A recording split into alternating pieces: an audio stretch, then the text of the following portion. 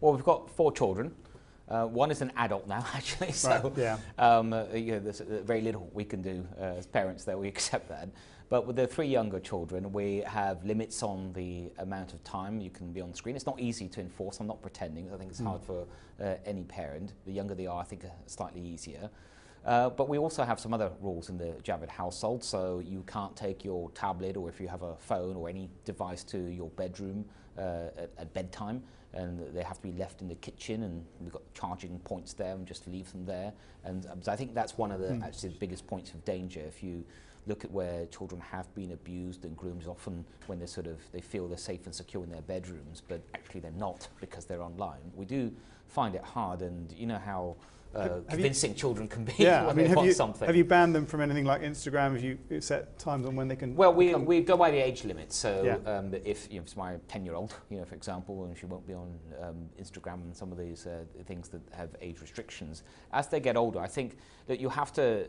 I think trying to manage it as best you can is that I want them to benefit from the online world, and I'm the first to admit that there are many benefits from social media, other sort of online apps and things.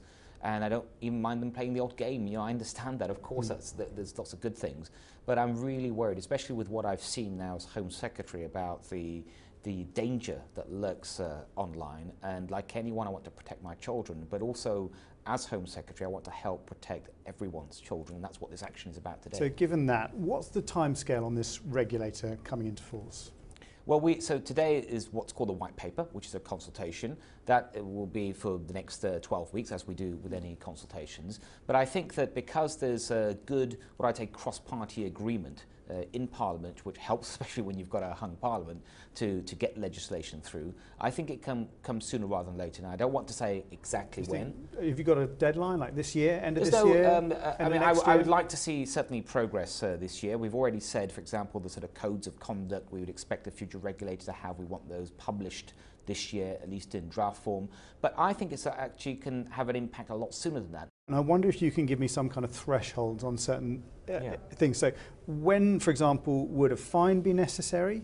When would it be actually you're going to hold an executive criminally responsible? And when do you remove a website altogether? Well, I mean, first thing to point out is that with this new statutory duty of care we're proposing, the enforcer of that will be an independent regulator. It's very important it's an independent regulator because politics should have nothing to do with this. Yeah.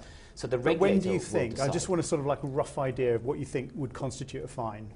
Well, I think if you get, first of all, it has to be related to the seriousness of the offence.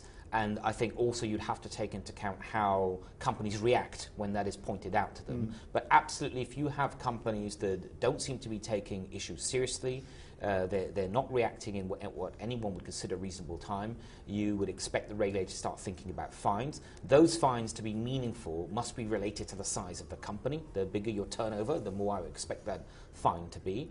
And I think you would, as a regulator, sort of work down that scale. Ultimately, if you have a company or website just refuses to comply, or you can't track it down, and then there are some companies that will actually just make it hard for you to track their management and things, ultimate sanction the regulator will have is to block that website in the UK.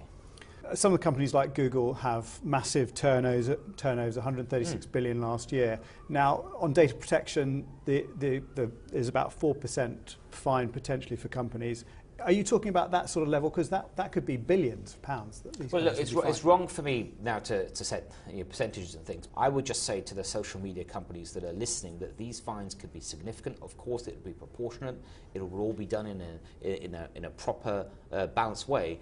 But if you are a large company, you can expect to have significant fines. You mentioned Christchurch. YouTube and other channels tried their best to take down that content as quickly as they could. Did you, I mean, obviously it was horrific material, but do you think there were some channels that were criminally irresponsible in the way that was dealt with, or would, under this regulatory new system, would face fines for what happened there? No, first of all, with Christchurch, I think that certainly I think there were some channels that didn't take it seriously enough and didn't put enough effort into taking down some of that abhorrent material, especially the video of the live streaming of the terrible massacre, that's like a 17-minute video, and they could have done more. But also what really troubled me is afterwards when I spoke to the companies, and I spoke to some of them in Paris last week at the G7, is that they told me that they hadn't really sort of prepared for a live streaming event of a terrorist incident. And I found that quite shocking. Just about 6 months ago, I was talking about the live streaming of child sexual abuse, which sadly has grown and grown. And how could these companies have not thought about the live streaming of a terrorist event? And they claimed last week that's what caught them off guard. And I just find that really hard to accept, that if you were taking this responsibility seriously, why not already, as an industry, there's already a body that we've helped set up, which is the Global Internet Forum on Terrorist Content. And I've been to some of their meetings, and their job is to think about things and think ahead. And the fact they had never thought of this just tells me that there's much more work to do. We're 4 days from possible no-deal Brexit. Given the choice between no deal and an extension, and a long extension, which do you choose? Well, I think on this, the PM had no choice because of the parliamentary process that we've seen in the last couple of weeks. But which would you choose? It's not about... It is a choice.